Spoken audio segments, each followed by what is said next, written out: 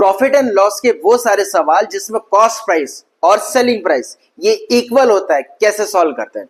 जैसे ये क्वेश्चन में देखिए, a man buys 5 pens for ₹1, मतलब 1 रुपए में खरीदता है 5 pen, and sells 4 pens for ₹1, ठीक है, और 1 रुपए में 4 पेन बेच देता है। फाइंड हिज प्रॉफिट परसेंट पूछा है, ठीक है।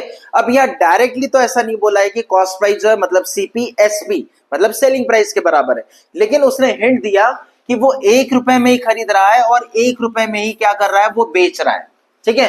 तो 1 रुपए में 5 पेन खरीद रहा है लेकिन बेच रहा है सिर्फ 4 पेन। इसका मतलब समझ में आ गया, 1 पेन का उसको प्रॉफिट हो रहा है। तो कितने पर हो रहा है ये कैलकुलेट करना है परसेंट के फॉर्म में। तो देखिए कैसे करेंगे, तो इसको ये समझ में आ गया आपको, ये कॉस्ट प्राइस और सेलिंग प्राइस ये इक्वल वाला जो है ये इस पैटर्न पर या इस टाइप का ये क्वेश्चन है, ठीक है। अब सॉल्व कैसे करेंगे, तो देखिए सिंपल सा तरीका है। 5 पेन्स लिखा है, बाय मतलब क्या, कॉस्ट प्राइस, मतलब हमें सिंपली सिर्फ इतना लिखना है 5 इंटू CP, ठीक है। ये इक्वल वाला सवाल है, जैसे मैंने बताया 1 दोनों में सेम है, सेम प्राइस पर बेच रहा है, इसलिए ये दोनों क्या रहेगा, इक्वल रहेगा। कितना हुआ सेल मतलब SP, कितना हुआ 4 पेन्स का, तो 4 इंटू क्या लिखेंगे अपन, SP लिखेंगे।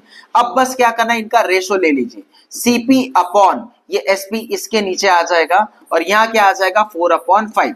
तो इसका मतलब हमें समझ में आ गया कि यहाँ पर कॉस्ट प्राइस अगर 4 की है तो सेलिंग प्राइस कितना है, 5 है। तो समझ में आ गया सेलिंग प्राइस 1 से ज्यादा है। इसका मतलब प्रॉफिट क्या हुआ हमारा, प्रॉफिट हुआ हमारा 1 का, कितने पर हुआ, कॉस्ट प्राइस पर हम निकालते हैं तो 4 पे, और सभी को पता है 1/4 की वैल्यू कितनी होती है, 25% होती है, और जो कि हमारा ऑप्शन ए में है और यही हमारा करेक्ट आंसर है।